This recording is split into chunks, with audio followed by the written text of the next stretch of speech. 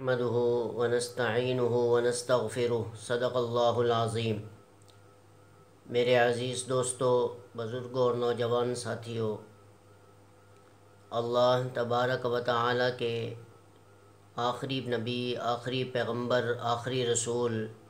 حضرت محمد عربی صلی اللہ علیہ وسلم پوری انسانیت کے نبی بن کر آئے،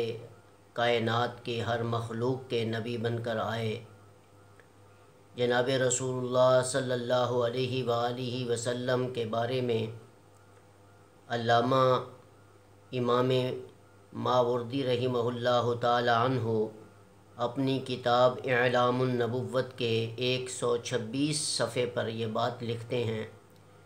کہ ایک مرتبہ کائنات کے نبی حضرت محمد عربی صلی اللہ علیہ وسلم غزوہ طائف میں پیدل بہت لمبا سفر کرتے کرتے تھک گئے تو آپ پر نیند کے آثار آنے لگے۔ آپ صلی اللہ علیہ وسلم غنودگی کی حالت میں تھے اور آپ صلی اللہ علیہ وآلہ وسلم کو دور سے دیکھ کر جس راستے سے آقا چل رہے تھے گزرنا تھا، اسی راستے میں ایک بیری کا درخت تھا۔ تو رسول اللہ صلی اللہ علیہ وسلم پر چونکہ نیند کے آثار تھے، اس بیری کے درخت نے جب رسول اللہ صلی اللہ علیہ وسلم کو دور سے آتے دیکھا تو خود بخود دو ٹکڑے ہو کر گر گیا۔ تو اس درخت نے کہا کہ میں اپنے آخری نبی کو، اپنے آخری رسول کو تکلیف کیوں دوں، جو رسول اللہ صلی اللہ علیہ وسلم چلتے چلتے تھک چکے ہیں، جن پر نیند کے آثار ہیں، کہیں وہ چلتے چلتے اس درخت کے ساتھ ٹکر نہ کھا لیں اور کہیں آقا کو تکلیف نہ ہو، کہیں آقا کو پریشانی نہ ہو۔ میں یہ نہیں چاہتا کہ میرا نبی مجھ سے ٹکرائے، میں خود ہی دو ٹکڑے ہو کر اپنے نبی کو راستہ دے دیتی ہوں تاکہ میرے نبی کو تکلیف نہ ہو۔ میرے بھائیوں، یہ درخت تھا جس نے رسول اللہ صلی اللہ علیہ وسلم کو دور سے آتے ہوئے اپنے آپ کو دو ٹکڑے کر کے اس راستے سے ہٹا دیا کہ میرے نبی کو آگے جانے کا راستہ مل جائے۔ تو ہم کتنے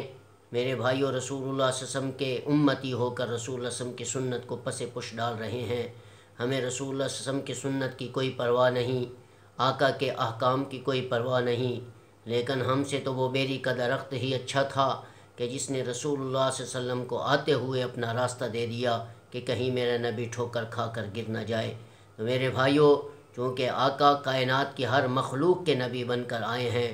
درختوں نے بھی آپ پر سایہ کیا ہے، درختوں نے بھی آپ کو نبی مانا ہے، شجر و حجر نے آپ کو نبی مانا ہے، کائنات کی ہر مخلوق نے آپ کو نبی مانا ہے۔ تو امام ماوردی رحمہ اللہ تعالیٰ عنہ فرماتے ہیں کہ آقا نامدار صلی اللہ علیہ وسلم کی وفات کے بعد